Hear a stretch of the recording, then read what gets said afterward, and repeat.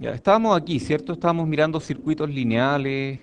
eh, Esto era un potpurrí, ¿cierto? Era un potpurrí de cosas.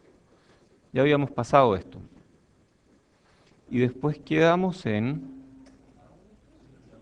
Oye, si hay dudas, pregunten. Vimos esto de diseño, top-down. Vimos diferentes formas de... diferentes niveles en el diseño. Y luego de eso quedamos por aquí. Vimos resistencia de hoja y quedamos aquí, ¿cierto? Entonces, componentes pasivos son cuatro. Y probablemente conocen este y este. Este no lo conocen. Algunos sí. ¿Quiénes han escuchado hablar del memristor? ¿Quiénes creen que es un nombre que inventé yo? Ah, ya, está bien. Memristor es que es un nombre bien raro. Es un elemento circuital pasivo que relaciona otras variables. Un día un gallo que se llama Leon Chua dijo, a ver, empecemos a ver qué posibilidades de interacción entre diferentes variables hay. Y vio esta, vio esta y le faltaba una, que era factible en teoría, que era relación entre carga y corriente, y, perdón, entre carga y, o sea, voltaje y corriente a través de la carga. Y no había ningún elemento que cumpliera con eso. Entonces él escribió un paper teórico diciendo, falta un elemento circuital desconocido, yo voy a llamarle memristor y cumple estas características. Y después, esto fue en el 71 parece, por ahí. Y de ahí se descubrió que existen elementos memristivos y actualmente están siendo fabricados para hacer memoria. Creo que Agilent, no, HP creo que está fabricando memristores, muy chiquititos, para hacer memoria. Este es el símbolo. Así que es un elemento circuital, uno lo ve en conferencias, no se ve mucho en la industria, pero existe. Y no se ve mucho en la sala de clase. Esta es la última lámina en que van a ver memristor en este curso. Probablemente también es la última en que van a ver inductor, porque yo no uso muchos inductores. O quizás no, este tal vez lo usemos un poco más. Ya. ¿Por qué no uso inductores? Porque son muy caros. Hacer un inductor en un chip es súper caro. Y como yo hago chips, entonces uso capacitores. Porque sí, hay que darle muchas vueltas y cada vuelta cuesta. Un inductor en un chip se ve así. Yo les voy a mostrar.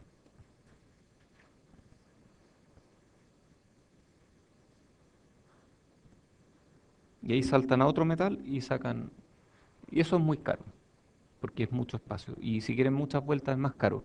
Además que hay expresiones para la inductancia que son súper aproximadas, a diferencia del capacitor, que yo sé cuál es la capacitancia. Si tengo un capacitor de placas paralelas, si yo dibujo así los capacitores de placas paralelas, porque tengo una placa arriba, otra placa abajo, entonces esos son, estoy mirándolo desde arriba. Pero eso es lo mismo que eso. Em, ¿Cuál es la ecuación para un capacitor? C igual, hay un épsilon metido entre medio. Épsilon, épsilon cero por épsilon relativo, ¿cierto? ¿Por qué más? Por el área partido por el espesor. Listo, eso es todo. Eso es todo. Para el inductor son expresiones mucho más complicadas, mucho más aproximadas y que dependen de la forma. Si hago forma cuadrada es distinto si lo hago octogonal o, o si lo hago circular o si le dejo un espacio más grande al medio, depende del diámetro exterior y el diámetro interior, entonces es mucho más complicado. Fabricar inductores en circuitos integrados se hace, pero es como abrir una caja de bombones. Uno no tiene idea con qué se va a encontrar. Así que yo no uso muchos inductores, la verdad.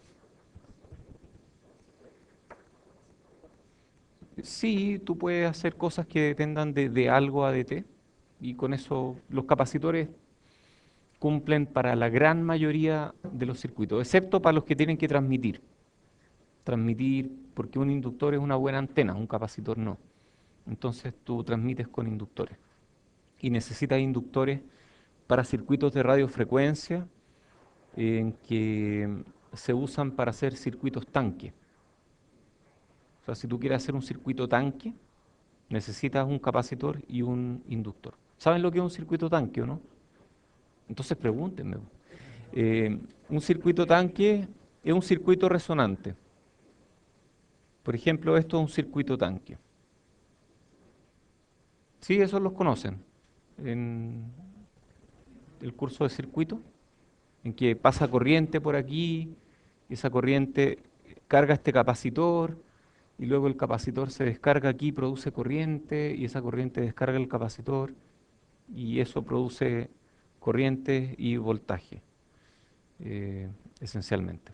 ¿Sí? Pueden no alimentarlo. O sea, si yo cargo el capacitor originalmente, hagámoslo en la tertulia, ya hay material para tertulia.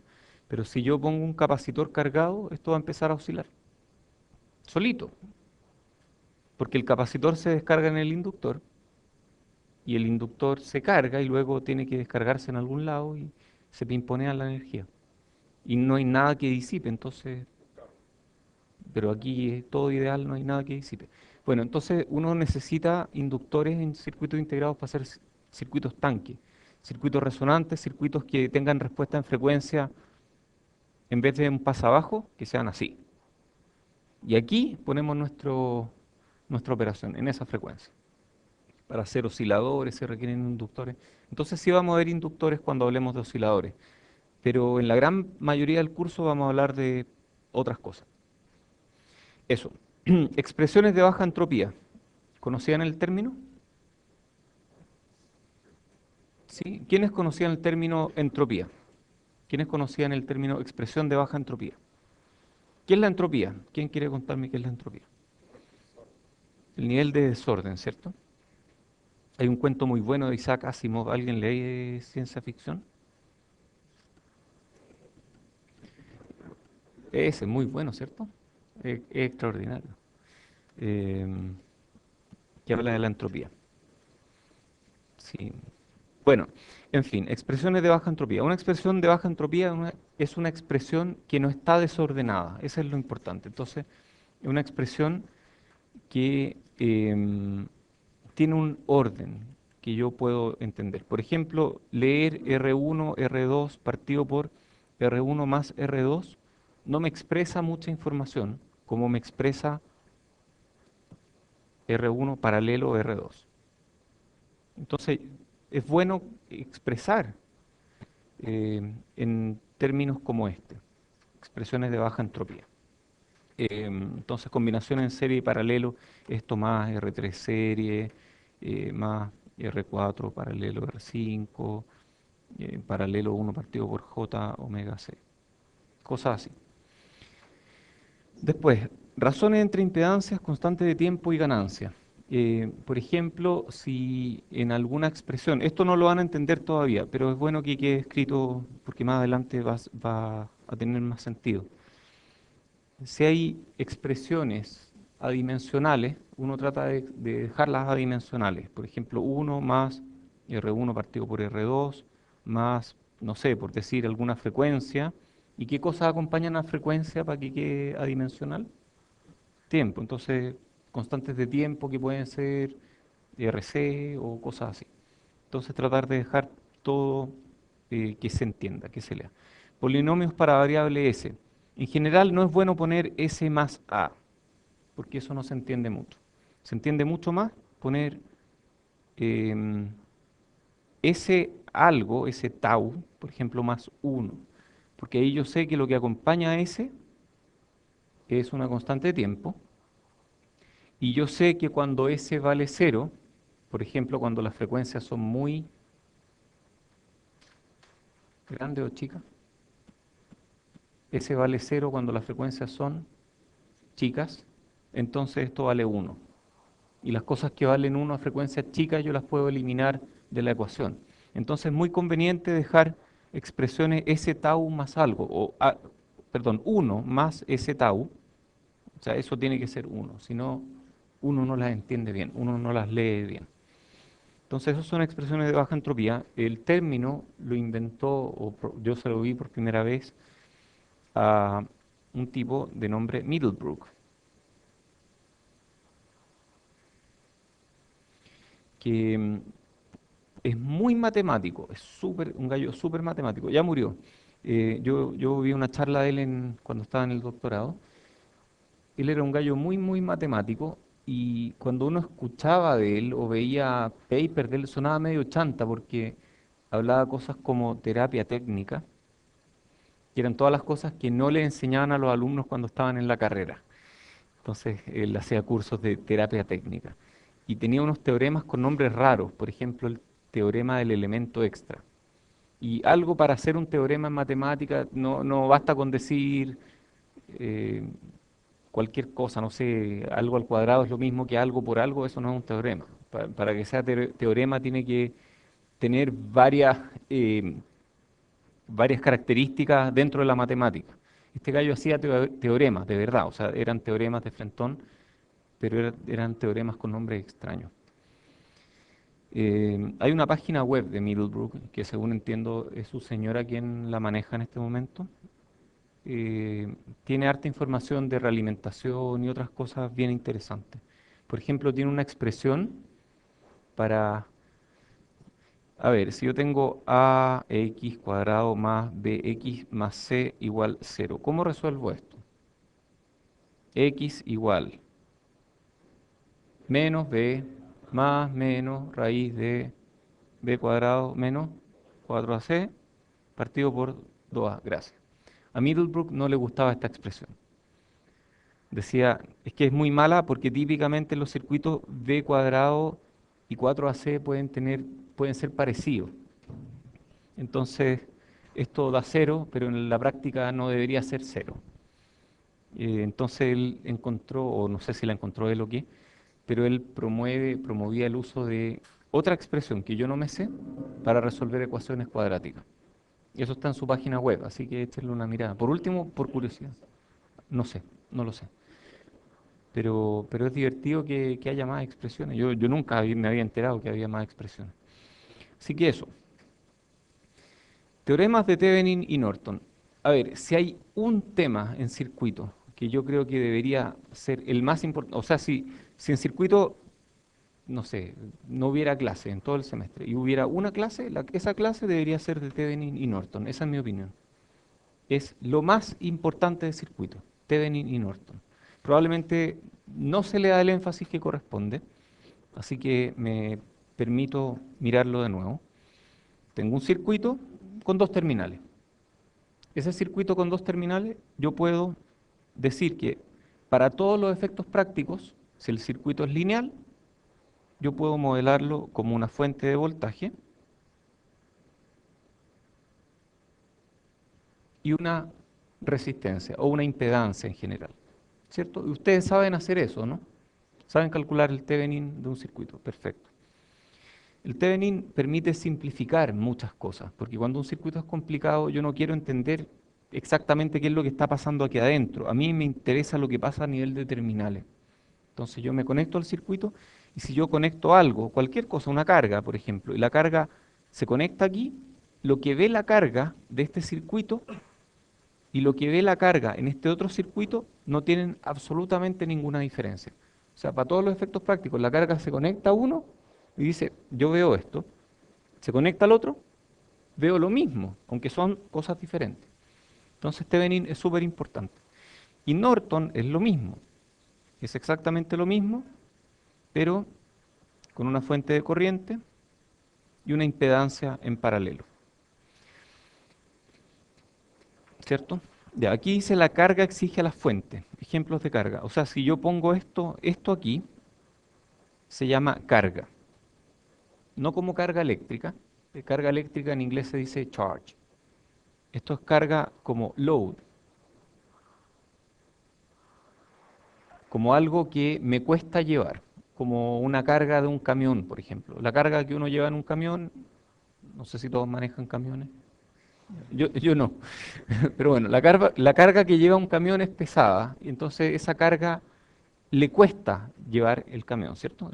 Al camión le produce esfuerzo llevar una carga. De la misma forma, cuando yo conecto una carga eléctrica, pero no una carga eléctrica en el sentido de charge, sino que una carga circuital, hablemos de carga circuital, algo que consume. Y puede no consumir, puede consumir y luego devolverla. Un capacitor es una carga. En circuitos integrados, manejar un capacitor es difícil, porque requiere mucha corriente. Entonces, si uno conecta una carga, ya sea un capacitor, un inductor o puede ser otro pedazo de circuito, ese pedazo de circuito le está produciendo un esfuerzo a esta fuente, porque esta fuente tiene que entregar corriente. Entonces, por eso se llama carga. Entonces, cuando hablemos de carga, nos referimos a cualquier circuito de dos terminales que requiere corriente de otro circuito. Entonces, este circuito carga al Thevenin. Lo mismo aquí, carga al Norton. ¿Hay alguna diferencia matemática entre esto y esto? Son lo mismo, ¿cierto? Estamos todos de acuerdo, son lo mismo. Ya. ¿Quién me puede dar ejemplos de carga? Cualquier resistencia, cualquier capacitor, ampolleta, gracias. Parlantes, carga, motores, carga. ¿Un LED es carga? Un LED es carga, sí, un diodo es carga. ¿Qué otros son carga? Un op-amp es carga para la fuente, ¿sí?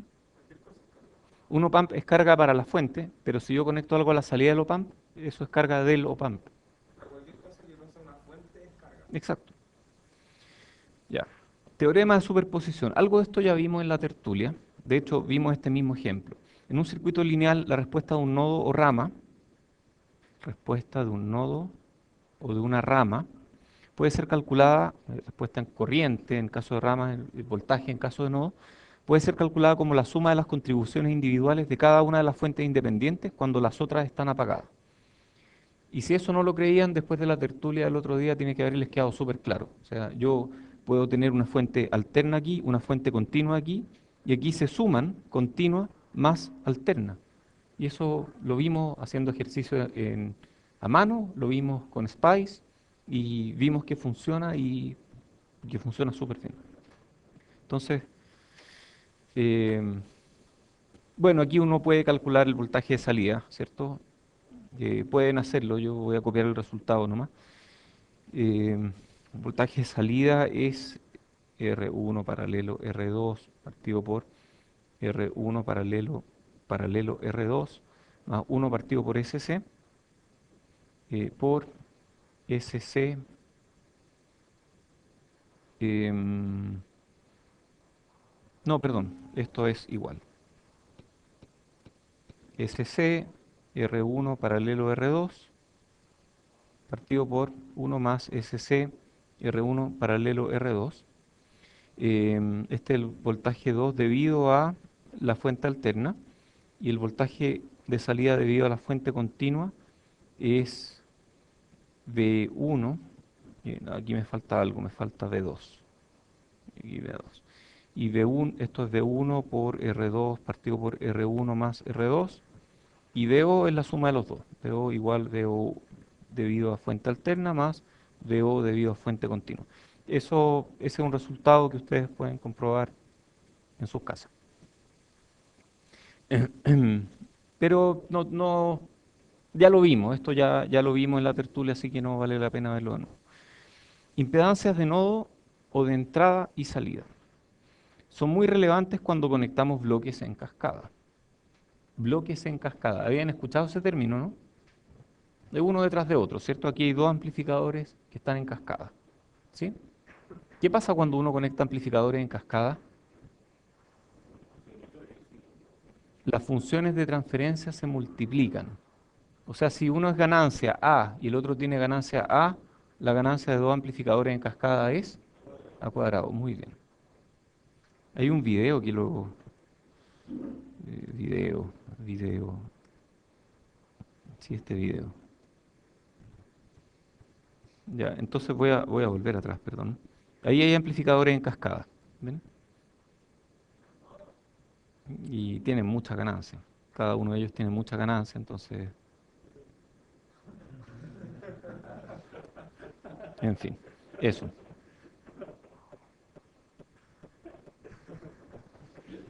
Ya, esos son amplificadores en cascada. Ya, yo veo circuitos en todo lo que veo. Entonces, a veces veo cosas y la llevo a circuito. Entonces, aquí tenemos dos amplificadores en cascada, ¿cierto? ¿Qué ganancia tiene este? A uno, ¿cierto? Esto, a ver, volvamos atrás. Eh, Esto es un amplificador, ¿cierto? Algo que tiene una resistencia de entrada y tiene un Norton controlado. Entonces este es el voltaje de entrada y el voltaje de salida va a ser a veces mayor que el voltaje de entrada y tiene una resistencia de salida. Eso es el modelo más simple de un amplificador. Tiene una impedancia en la entrada, o sea, si yo miro para allá, veo una impedancia. No necesariamente es porque hay una resistencia conectada a tierra. Puede ser cualquier cosa, puede ser un transistor, puede ser un diodo, puede ser cualquier cosa que desde afuera yo lo veo como una resistencia. ¿Y para qué lo voy a modelar como algo complicado si yo puedo modelarlo como una resistencia a tierra? Y esa resistencia tiene un voltaje y ese voltaje se multiplica por la ganancia y eso pasa por un Thevenin. Esta es una especie de Thevenin controlado, ¿cierto? Porque tiene una fuente controlada, entonces es como un Thevenin independiente. Ya. Entonces aquí tenemos dos amplificadores. Si este tiene ganancia A1 y este tiene ganancia A2, ¿cuál es la ganancia de este circuito? No, no es un A1 por A2. Vamos a calcularla, porque pasa algo. Cuando uno conecta cosas en cascada, pasan cosas. A ver, este es VI. ¿Aquí cuánto hay? VI. Si aquí hay A1 por VI1, ¿qué voltaje hay aquí? A por VI. Y de eso, de ese A por VI, lo que yo veo aquí a la salida es menos. ¿Cuánto es? Es A por VI por un divisor de voltaje que aparece entre la resistencia de entrada del siguiente bloque y la resistencia de salida del bloque anterior. Y esto hay que tenerlo súper en cuenta. Cuando yo conecto algo, si no pongo un buffer entre medio, ¿saben todo lo que es un buffer o no? Un buffer es un amplificador de ganancia 1, por ejemplo, un seguidor de voltaje. Si yo no pongo un amplificador de ganancia 1 entre medio, la resistencia de salida de este va a ver una resistencia de entrada del otro y va a hacer que haya un voltaje más chico. Entonces esto es A por VI por R, ¿cómo le llamé a eso? I2 partido por RI2 más RO1. Y luego eso, ese voltaje, se multiplica por A2. Entonces esto es A1 por A2. Entonces la ganancia es menor que A1 por A2. Perdimos ganancia. Esta cuestión, que así como la presenté es súper obvia, es terrible. Lo importante que es y la cantidad de problemas que da. Por eso yo dije que Thevenin y Norton son muy importantes, porque Thevenin y Norton son la esencia de este circuito. ¿Hay preguntas?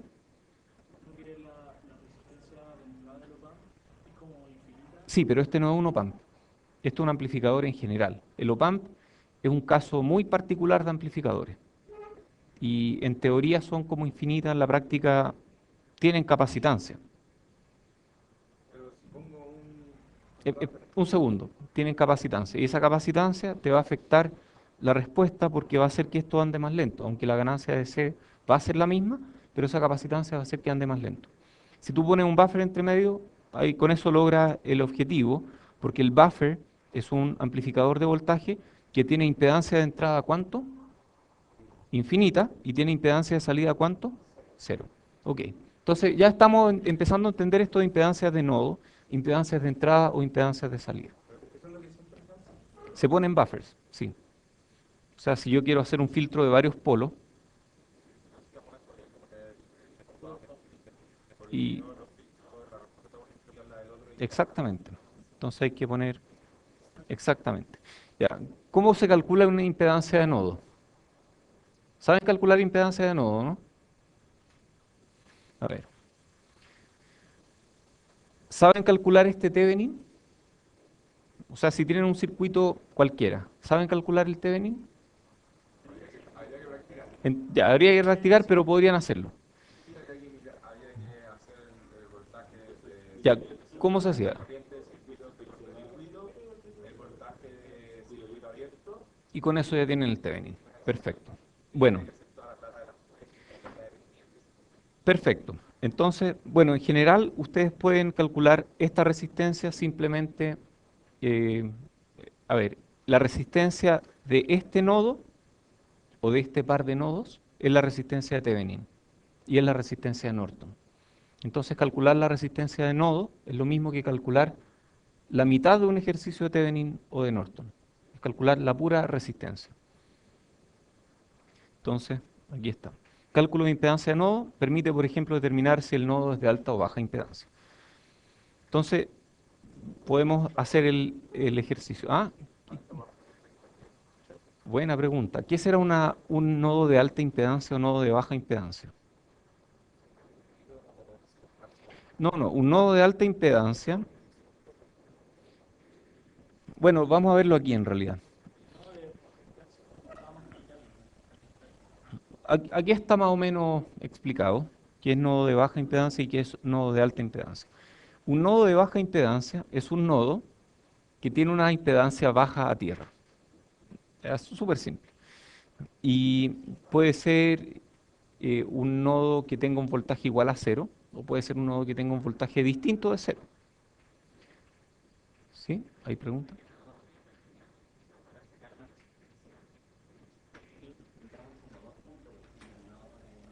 Ah, sí, pero es que asumimos que el otro va a tierra.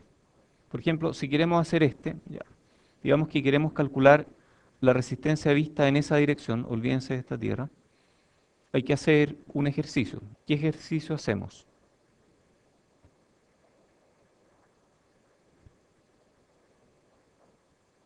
A ver, ¿cómo calculamos la resistencia de este nodo? Apagando, bueno, no hay fuente aquí, hay una dependiente, pero esa no se apagan. Hay que poner una de prueba. Ya, ¿qué ponemos aquí? ¿Ponemos fuente de voltaje o de corriente? Da lo mismo, para efectos del ejercicio da lo mismo. Pueden poner una fuente de voltaje, VT, por test, y calculan IT por test. Si hacen este ejemplo, yo tengo en alguna parte el resultado. No, me da lo siguiente, Z igual RO, paralelo RL, paralelo RPi más RS partido por uno menos beta. Ese es el resultado. Salud. Ahora no se preocupen porque hay R's minúsculas y R's mayúsculas. Eso no es un error de tipeo ni nada de eso. Y porque hay letras griegas y no griegas entre medio. Esto es parte de un ejercicio más avanzado. El asunto es el siguiente. Me gustaría que ustedes en sus casas calculen la impedancia de este circuito y ojalá lleguen a este mismo resultado. Si no, es porque o ustedes se equivocaron o yo me equivoqué. Sí,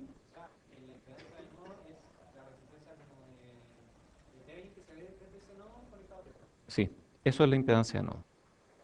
Pero es súper relevante. Es súper relevante y es súper relevante saber si un nodo es de alta o es de baja impedancia. Por ejemplo, ¿alguien ha trabajado con microcontroladores alguna vez?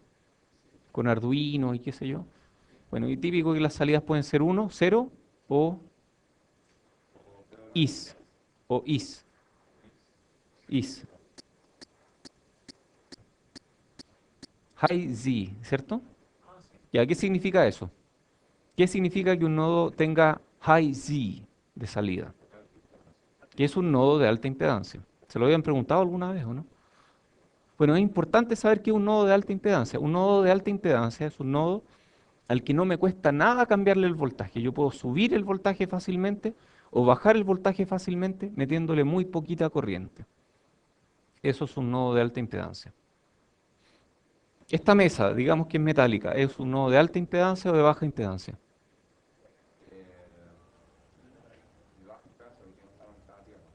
Está flotando, está realmente flotando. Si yo le pongo cualquier voltaje, va a adquirir ese voltaje, entonces un nodo de muy alta impedancia. Si yo le conecto una fuente a esta mesa, ¿va a fluir corriente? No debería fluir corriente, entonces un nodo de alta impedancia. No pasan corrientes por alta impedancia. Un nodo de baja impedancia. ¿Qué nodo podría ser de baja impedancia? ¿Ah? No, porque a ver, el cable depende a qué esté conectado. A tierra. Tierra es un nodo de muy baja impedancia, ¿cierto? Cualquier cosa que yo conecte va a hacer que pase mucha corriente. Entonces eso es un nodo de baja impedancia. Si ustedes quieren cambiar el voltaje de la tierra, ¿pueden hacerlo? Porque es un nodo porfiado. La tierra se opone a que uno le cambie el voltaje, entonces la tierra es un nodo de baja impedancia. Los nodos de baja impedancia se oponen a cambios de voltaje. El enchufe aquí, ¿será de alta impedancia o de baja impedancia? Cualquiera de los tres. Son bajas, ¿cierto? Yo no puedo cambiar el voltaje que está ahí. De hecho, ese voltaje me va a manejar a mí. Yo voy a hacer la carga de ese voltaje. Y eso es muy peligroso. Entonces, nodos de baja impedancia son nodos a los cuales no les puedo cambiar el voltaje fácilmente. Son nodos por los cuales puede pasar mucha corriente si es que yo los cortocircuito a algo más. En cambio, un nodo de alta impedancia me es fácil cambiarle el voltaje simplemente aplicando un poco de corriente. Sí. ¿Por qué el de baja impedancia dice fácil para el Norton? Ah, buena pregunta. Digamos que tengo un Norton. Este Norton está hecho para hacer pasar corriente por aquí, ¿cierto? ¿Qué Norton es más feliz? ¿Este Norton o este Norton? Este de aquí es feliz, porque está disipando, ¿qué potencia está disipando este Norton? Este disipa cero. Este Norton, ¿qué potencia disipa?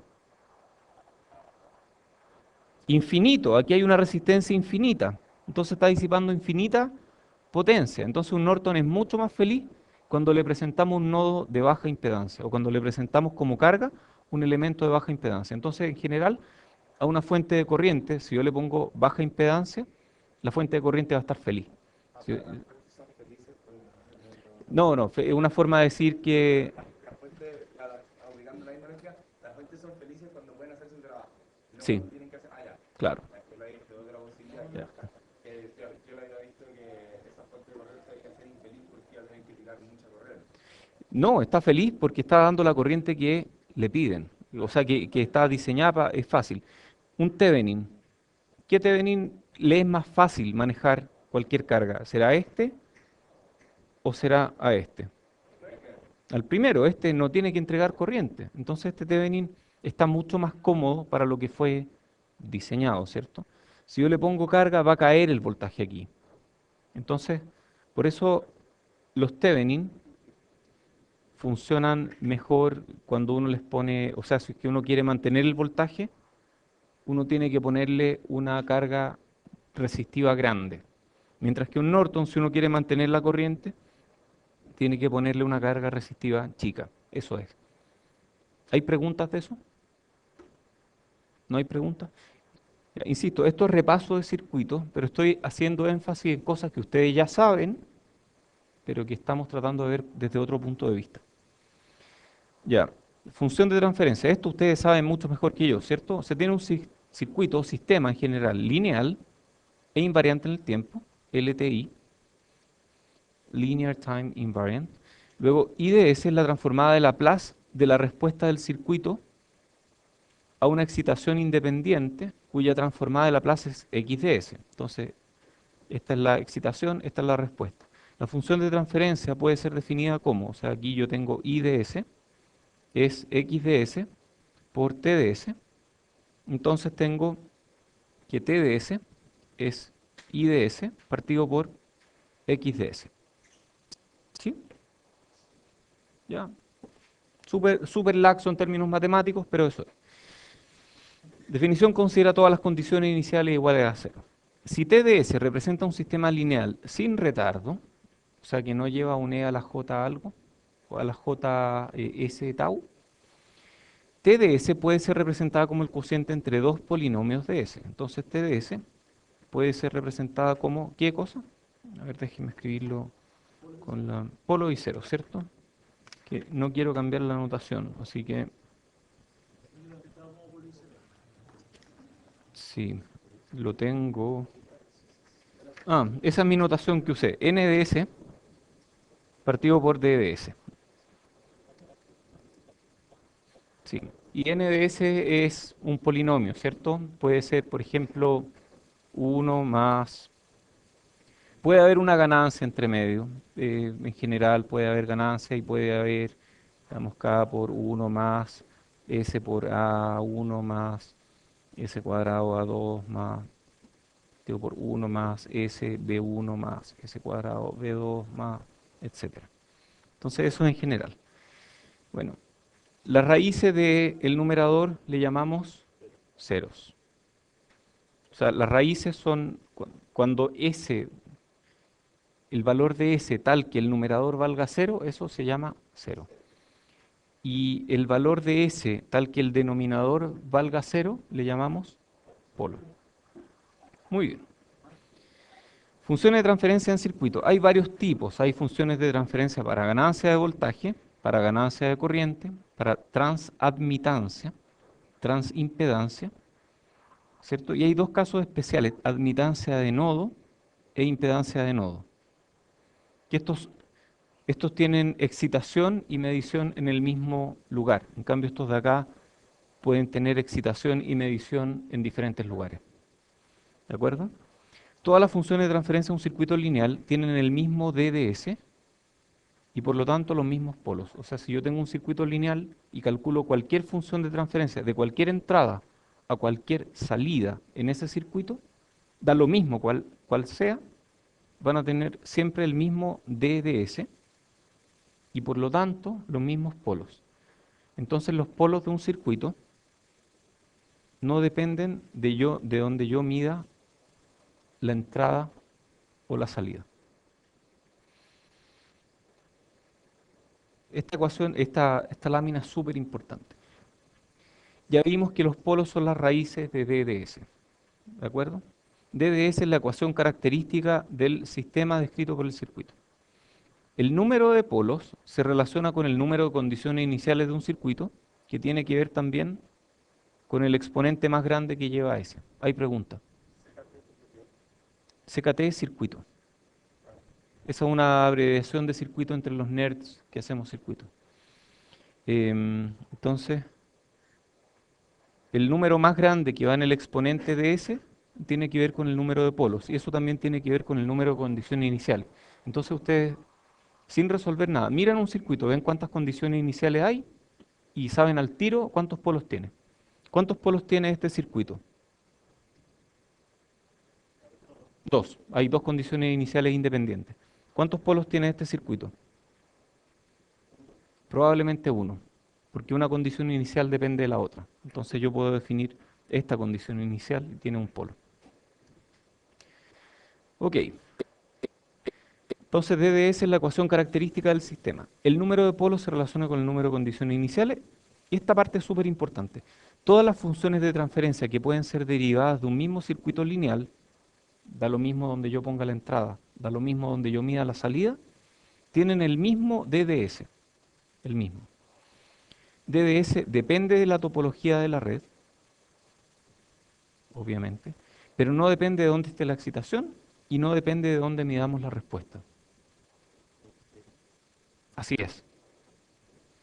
Tómalo como un axioma. Así es. La verdad no sé por qué, pero así es.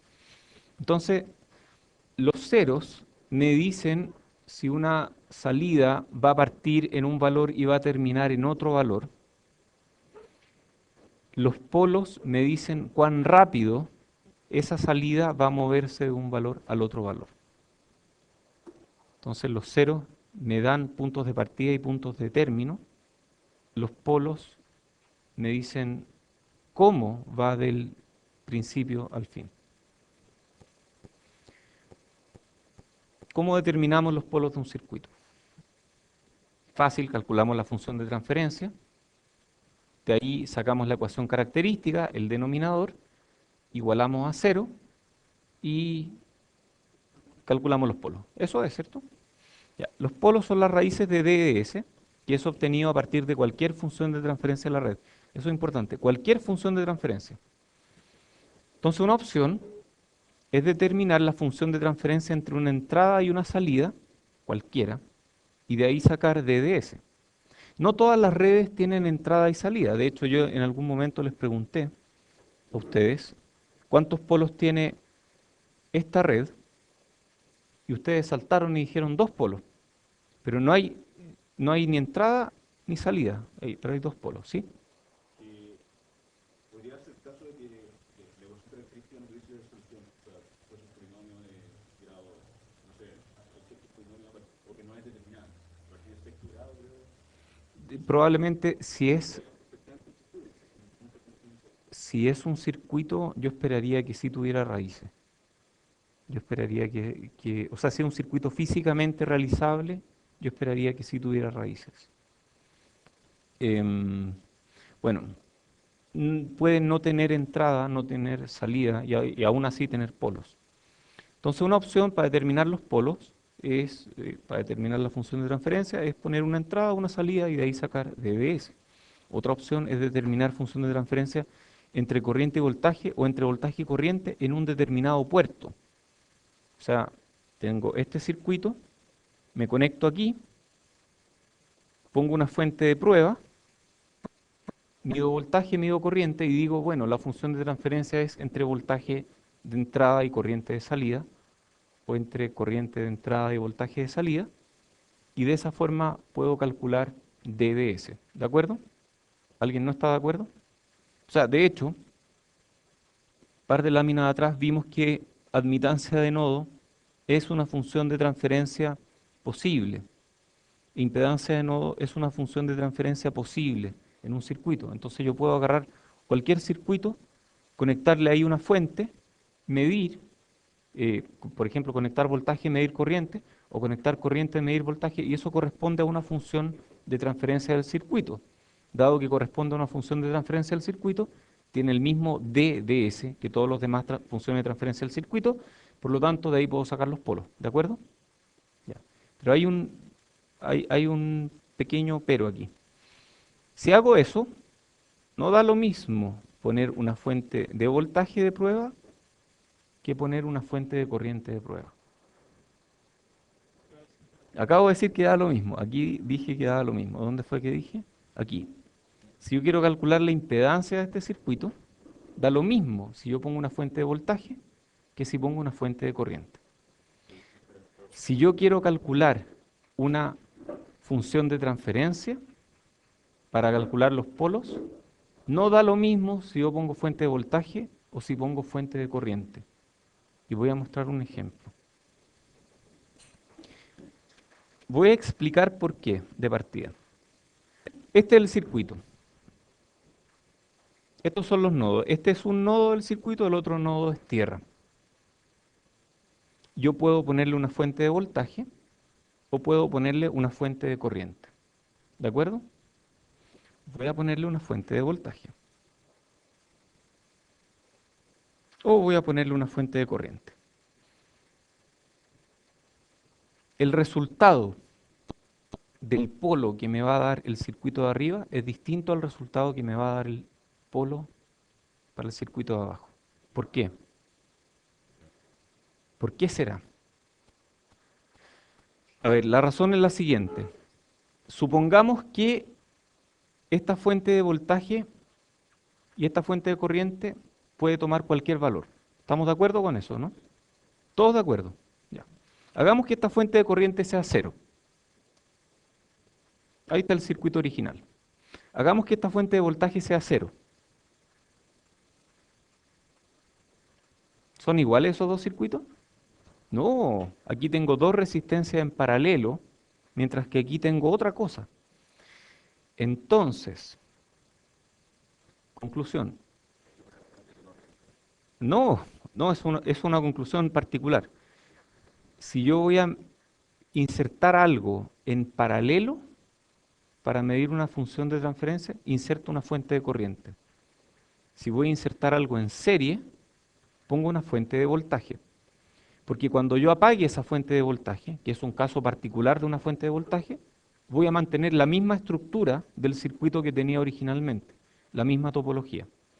Yo podría haber agarrado este circuito y haberle puesto aquí una fuente de corriente. Si le pongo una fuente de corriente ahí y apago la fuente de corriente, estos nodos quedan separados. Entonces eso es cambiar la topología del circuito. Si yo en cambio pongo una fuente de voltaje y yo apago esta fuente, el circuito me queda igual como quedaba originalmente. Entonces yo pongo la fuente en el lugar correcto que hace que el circuito no cambie. Hay preguntas. Sí, y si todavía me resulta difícil creer que me va a salir exactamente el mismo polinomio, o sea, el de abajo, el de polo, si yo pongo una fuente de corriente en el R de acá, o si yo pongo una fuente de voltaje entre el condensador y la resistencia. Si tú pones una fuente de corriente aquí, No, no, no, ahí, en el R de, ya, en el R con el puntito blanco. No, no, la que habíamos puesto al principio, ¿no? una fuente de corriente aquí, Sí, esa misma, perdón, corriente. de corriente, sí, es lo mismo, o sea, me va a salir los mismos polos que si yo pongo una fuente de voltaje y la resistencia del condensador.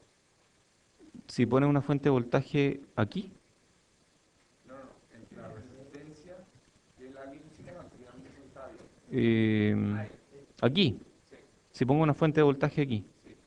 sí son los mismos polos. Probemos. Pero si en el de arriba ni siquiera está fluyendo corriente por el R, Ajá, y en el de abajo sí está fluyendo corriente por el R. probemos. Voy a mostrarlo de una forma súper intuitiva.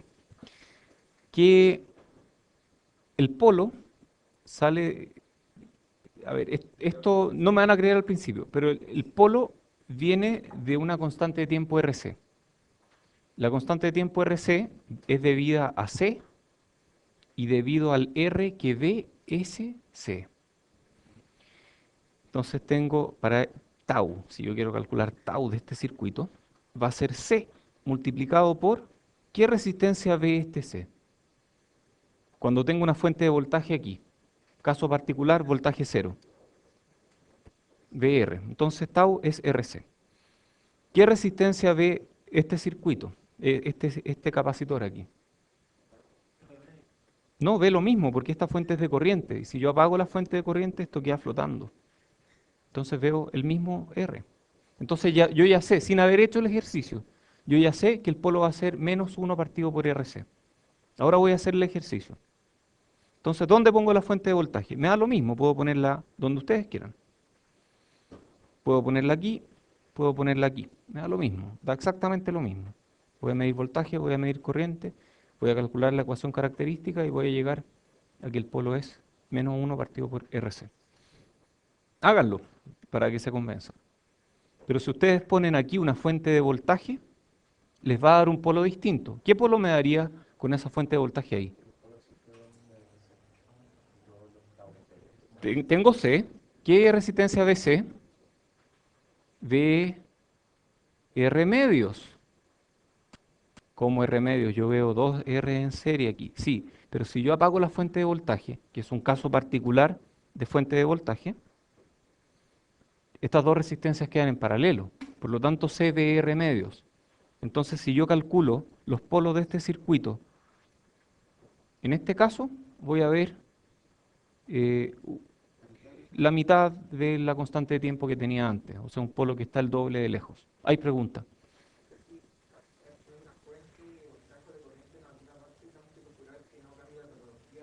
Eso mismo, exactamente, eso mismo es, no cambiar la topología. O sea, si yo quiero poner una fuente de voltaje, la pongo reemplazando una rama. Si quiero poner una fuente de corriente, la pongo en paralelo con dos nodos. No puedo hacerlo al revés. Claro, exacto. De manera que al apagar esa fuente, el circuito queda igual como estaba originalmente. Es un detalle, ¿ah? Pero de repente pueden caerse por estas cosas. Ya. Teorema del elemento extra. A ver, volvamos una antes, mejor. Ya, quiero que hagan esto en sus casas. Sé que no alcanzamos a hacerlo en tertulia o algo. De ahí vemos si hay tertulia hoy día o no. Ya, teorema del elemento extra. Este lo tengo en alguna parte, ¿o no? Sí, bueno. Este teorema es uno de los que pone en su libro. No, de hecho, el libro se llama de otra forma. El libro se llama Técnicas analíticas rápidas para análisis de circuitos. Ese es el nombre en español, pero no está en español. En inglés se llama Fast Analytical Techniques for Circuit Analysis, una cosa así, que es de Vorperian, ¿no? El autor. Y tiene un tilde, no me acuerdo en cuál de las letras es, pero es en alguna, no sé si es vocal o consonante, pero hay un tilde en alguna parte. y no sé para qué lado va y no sé qué forma tiene, pero bueno, búsquenlo así si quieren. Eh, yo lo tengo y en ese libro explican varias cosas que uno lo abre y ¡oh! Como nunca vi esto, es maravilloso. Entonces está el teorema del elemento extra, que aquí lo comento para que sepan que existe realmente, que es un teorema circuital. ¿De qué se trata? Yo tengo un circuito con un elemento en alguna parte y muchos elementos en total. Yo puedo calcular la impedancia vista en un puerto del circuito haciendo varios cálculos más sencillos. Si este elemento es un elemento complicado, o que este elemento realmente me echa a perder la matemática para el circuito, yo puedo simplificarla mucho si hago esto. Zin es Zin infinito, que es la impedancia de entrada cuando Z es removida, multiplicada por esta razón, 1 más ZE0 partido por Z, donde ZE0 es la impedancia vista por este elemento extra cuando la entrada es cortocircuitada, partido por 1 más ZE infinito, partido por Z, donde ZE infinito es la impedancia vista por el elemento extra cuando la entrada está en circuito abierto. Uf, qué complicado. Eh, pero es notable cómo puede simplificar cálculos este teorema. Y un ejemplo de ello es este circuito que está acá. Calcular esto requiere... ¿cómo hacen este? No son tantos nodos, pero delta estrella. Puedo aplicar delta estrella y con eso sale. Bueno, si no quieren aplicar delta estrella, pueden aplicar teorema del elemento extra. Y el teorema del elemento extra es remover R5. Y cuando uno remueve R5, el circuito queda tan fácil que hacer esto es trivial, hacer esto es trivial y hacer esto es trivial. Entonces, es mucho más fácil resolver este circuito sacando R5 y luego aplicando teorema del elemento extra que aplicarlo. Yo me pregunto lo mismo. En serio, yo me pregunto exactamente lo mismo, pero es notable. Z normal es este Z, R5, si hay preguntas. En el Vorperian ahí hay harta información. Y Middlebrook, en la página de Middlebrook también hay mucha información. Hay demostraciones matemáticas de esto. Yo las uso nomás cuando me acuerdo, pero yo no sé de eso. Yo solo diseño circuitos. Si hay más preguntas. No, no hay más preguntas. Ya, bueno, no lo vamos a hacer, pero el resultado de esto, Rin igual, háganlo en sus casas, R1 más R3, expresión de baja entropía, paralelo R2 más R4, sale casi por inspección, o sea, esto de aquí es Zin infinito, por inspección. Zin cuando esto se va, es esto. Multiplicado por esto que está acá, y que da 1 más R5 abajo, y arriba eso da R1 paralelo R3 más R2 paralelo R4. Partido por 1 más R5 abajo, R1 más R2 paralelo R3 más R4. Sale por inspección realmente. Ya. Recta de carga. Este también lo conocen, ¿o no? Sí, ¿quieren ver eso? Ya. Bueno, igual esto va a estar en YouTube eventualmente, porque vinieron más de 24. Oye, de repente, no sé, pues el 17 de septiembre llegan 5 alumnos. Profe, porfa, súbalo. No, no lo voy a subir. Y si falta un alumno, tampoco lo voy a subir, porque, bueno, da lo mismo. Ya, ok, está bien. Pero eventualmente puede ocurrir. Y yo he dejado de subir videos por eso, así que por favor vengan. A mí me interesa que ustedes participen, me gustan las clases donde hablamos harto, así que porfa, no dejen de venir. Ya, recta de carga. ¿Conocen este concepto, no? ¿Circuitos no han visto recta de carga?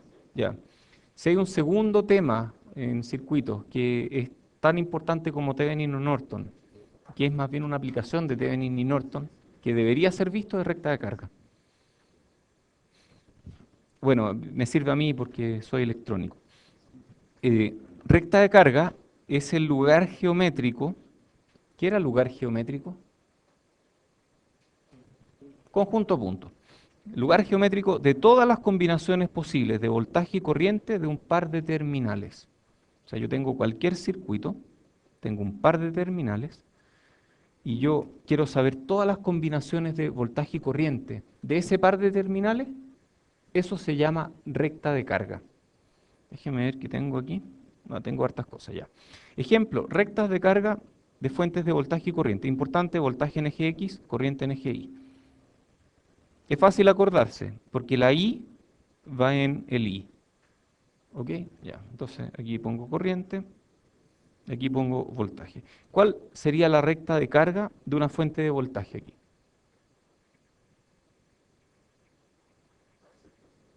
Una línea vertical que tiene voltaje constante para cualquier corriente, ¿cierto? Ya. Yo en las rectas de carga puedo poner la carga del circuito. Entonces esto es lo mismo que este circuito, V. ¿De acuerdo? Ahora voy a conectarle, aprovechando las posibilidades que me dan las diferentes longitudes de onda, una carga a este circuito. Salud. Esa carga es R. Ese R representa todos los puntos, puede ser representado en esta recta de carga o en este gráfico, como todos los puntos que tienen la relación voltaje-corriente dado por R, ¿cierto? ¿Cómo se vería R en este gráfico? Una recta pasando por el origen con pendiente 1 partido por R. La solución de este circuito está aquí, justo ahí. Si yo aumento la resistencia, es como bajar la pendiente. O sea, cuando R crece, bajo la pendiente, tengo el mismo voltaje, pero tengo menos corriente. Si yo uso una resistencia 0 aquí, una resistencia 0, ¿qué pendiente va a tener en este gráfico? Infinito. ¿Se cruzan estas rectas alguna vez? No se cruzan. ¿Cuánta corriente hay? Infinita.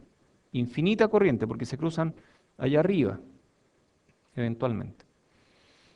Ya, eso es recta de carga. ¿Cómo sería la recta de carga de una fuente de corriente? Nuevamente corriente aquí y voltaje acá. Es corriente igual constante. Ahí está. Y, perfecto. Hagamos rectas de carga de Thevenin y de Norton. Entonces, esto es un Thevenin. ¿Cuál es la recta de carga del Thevenin? Bueno, para tirar una recta me basta con 2 puntos. Entonces yo puedo decir, a ver, en circuito abierto, ¿cuál es el voltaje que mido aquí? VTH, entonces VTH. En cortocircuito, ¿cuál es la corriente que mido aquí? ¿Mm? VTH partido por R. Listo, ahí ya tengo mi recta de carga del Thevenin. Cualquier cosa que yo le conecte aquí, si yo le conecto cualquier cosa, iba a dibujar un chancho, pero no sé dibujar chancho. Lo que sea que conecte aquí, me va a dar el punto donde opera esta cosa. Incluso si le conecto algo que me hace operar fuera del primer cuadrante, esto va a seguir cumpliéndose fuera del primer cuadrante. Sí. Son rectas, sí, estas son rectas. Pero ahí podemos conectarle elementos no lineales. Y si le conecto un elemento no lineal, voy a tener un elemento no lineal aquí. Ok, para el Norton, ¿cuál es la corriente del Norton? Cuando lo tengo en circuito abierto aquí, ¿cuál es la corriente que circula por el Norton?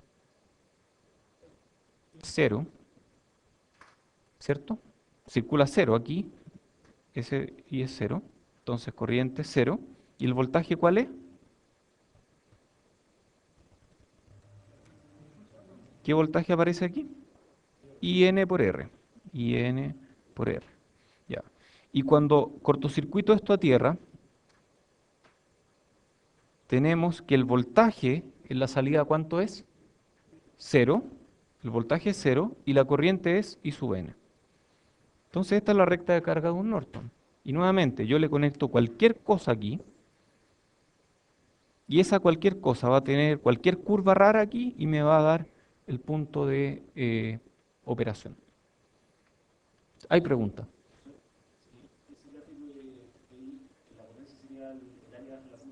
El área bajo la curva, muy bien. Al ojo, voy a hacerlo al ojo. ¿Qué consume más? ¿Eso? ¿Eso? ¿O eso? Este que está aquí, ¿cierto? De hecho, va a consumir más cuando esto esté justo al medio del voltaje, al medio de la corriente. Y eso es cuando esta pendiente es igual a esta pendiente. Esta pendiente de aquí es menos 1 partido por R Thevenin. Esta pendiente de aquí es menos 1 partido por R Norton. Perfecto.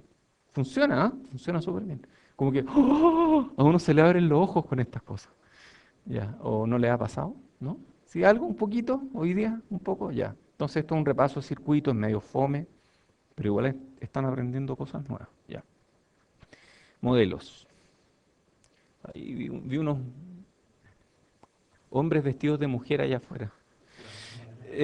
Ya, introducción. En electrónica utilizamos modelos matemáticos para representar elementos circuitales, ¿cierto? Por ejemplo, ¿quién me dice un modelo de algo?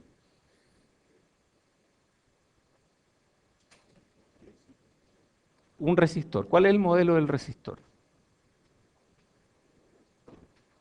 ¿Mm? ¿Un modelo de un resistor?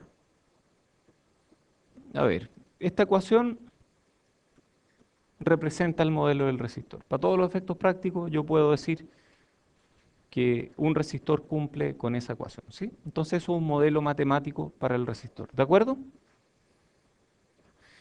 Entonces, nosotros tenemos modelos matemáticos para representar elementos circuitales, dispositivos electrónicos, bloques y sistemas completos. Estos modelos nos permiten analizar y diseñar circuitos electrónicos. Hay muchos modelos que son lineales y estáticos. ¿Qué será un modelo estático? Que no depende de la frecuencia, que no se mueve. Ojo, estas rectas de carga son estáticas o a frecuencia cero. Si es que hay frecuencia metida por medio, esto ya no sirve. Hay que ponerle otro eje. Hoy, ¿cómo se verá una recta de carga con otro eje? Ya, no es parte de este curso. Hay toda una gama de modelos.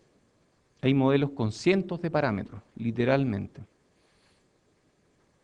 Los modelos que son muy complicados son excelentes para que un programa simule y nos dé la respuesta. Los modelos que son más simples no son muy exactos, pero son excelentes para hacer cálculos a mano. Entonces el modelo que yo use va a depender de lo complicado que yo quiera que sea el modelo y para qué lo voy a usar. Para diseño uso modelos simples, para análisis uso modelos complicados y pongo a SPICE a trabajar. Entonces estos modelos según el ámbito. Para cálculo a mano uso ecuaciones lineales o algunas no lineales y uso modelos lineales, linealizados para señales pequeñas. En cambio, para simulaciones de comportamiento, uso ecuaciones que modelen lo mejor posible cómo se comportan esos circuitos. Y el nivel de complejidad puede ser cualquiera. Para simulaciones de SPICE, yo uso los modelos más complicados que encuentre, que me predigan de la forma más correcta cómo va a andar el circuito. Entonces, lo que dice esto es lo siguiente. Si yo quiero diseñar y yo quiero analizar, los modelos para cálculo a mano son muy buenos para diseño, muy malos para análisis, porque me dan resultados incorrectos.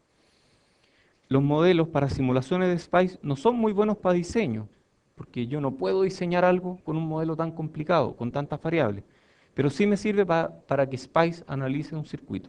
Entonces yo elijo el nivel de complejidad del modelo de acuerdo a qué voy a hacer con ese modelo. A mí me gusta aquí, análisis a mano, modelo muy sencillo. Y luego,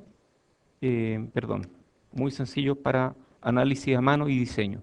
En cambio, modelos mucho más complicados para SPICE. Entonces veamos modelos para cálculo a mano. Son simples, son orientados al diseño. Este es otro término de Middlebrook. Middlebrook. Proveen un entendimiento profundo de cómo funcionan, pero tienen un error importante y los resultados requieren SPICE. Generalmente están basados en principios físicos, pueden ser lineales o no lineales, estáticos o dinámicos. Modelos para análisis en pequeña señal. Esto es típico en electrónica. ¿Ah? Cualquier cosa en electrónica es no lineal. Un resistor es no lineal. Cualquier cosa no lineal. ¿Cómo analizo yo con modelos tan no lineales? Bueno, lo que hago es linealizar en torno a un punto de operación Q. Entonces estos modelos lineales me permiten analizar circuitos en torno a un punto de operación Q. Se asume que es lineal en torno a ese punto, el modelo es válido mientras nos mantengamos en la vecindad de ese punto de operación. Entonces yo tengo un modelo no lineal que uso en electrónica, un transistor, un diodo, cualquier cosa no lineal. Yo la linealizo y se convierte en un circuito lineal. Y adivinen, ¿ustedes saben resolver circuitos lineales? Sí, pues sí saben, lo hicieron en circuito. Acaban de pasar circuito y en circuito ustedes resolvían circuitos lineales. Por lo tanto, cualquier circuito no lineal, si yo lo linealizo en torno a un punto de operación, yo sé cómo resolverlo usando mallas, nodos, Thevenin, Norton, lo que sea. Entonces, un circuito complicado de este curso se convierte en un circuito sencillo de un curso anterior usando linealización. Voltaje y corriente son referidos todos al punto de operación. O sea, es como que yo moviera los ejes. Yo moví los ejes y los ejes nuevos quedan ahí. Y ahí el circuito es lineal. Yo me corro, le aplico un offset a la entrada. Esto pasa a ser cero, esto pasa a ser cero. Y yo después, cuando termino de resolver, me devuelvo y le sumo lo que le había restado. Entonces, modelos de pequeña señal de elementos circuitales son obtenidos mediante linealización. ¿Qué es linealización? Aproximación lineal de una función no lineal en torno a un punto de operación Q. Modelos obtenidos mediante serie Taylor truncada al primer término. O sea, es así de simple. Esto se va, todo esto se va y yo me quedo con esto.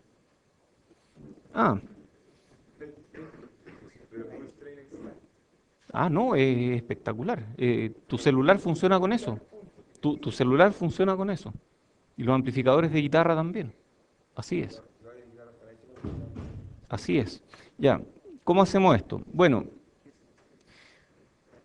f de x menos f de q es f' de q, la derivada, por x menos q, ¿cierto? ¿Estamos de acuerdo, no? ¿Lo mismo? ¿Exactamente lo mismo? Bueno, este le podemos llamar f de delta x, o si quieren, delta f de x, ya que es lineal, y eso es la derivada por delta x, cuánto nos movimos. Y así ustedes terminan con algo que es lineal en torno a un punto de operación. Entonces es como que nos corriéramos. ¿Ah? Cualquier cosa, cualquier variable. Aquí, por ejemplo, tenemos una curva de transferencia estática entre voltaje de entrada y voltaje de salida. La curva de transferencia estática está aquí. Analizar esto es complicado porque es no lineal, pero yo me corro, ¿cierto? Le muevo la entrada en el valor de C, muevo la salida en el valor de C de la salida y en torno a ese punto linealizo. Luego, pequeñas variaciones en la entrada me producen pequeñas variaciones en la salida. Ahí yo tengo una ganancia lineal. Cuando yo calculo la salida, luego le puedo sumar el voltaje original y tengo un circuito ya analizado. Entonces esta es la técnica que vamos a usar en este curso mucho. Aplicamos serie de Taylor truncada, entonces tenemos un modelo de pequeña señal. Por ejemplo, esto que está aquí es un transistor. Esto es un transistor BJT. Es un tipo de transistor. Vamos a verlo en el capítulo 5. Este es el símbolo de un BJT. Y yo puedo usarlo en un circuito.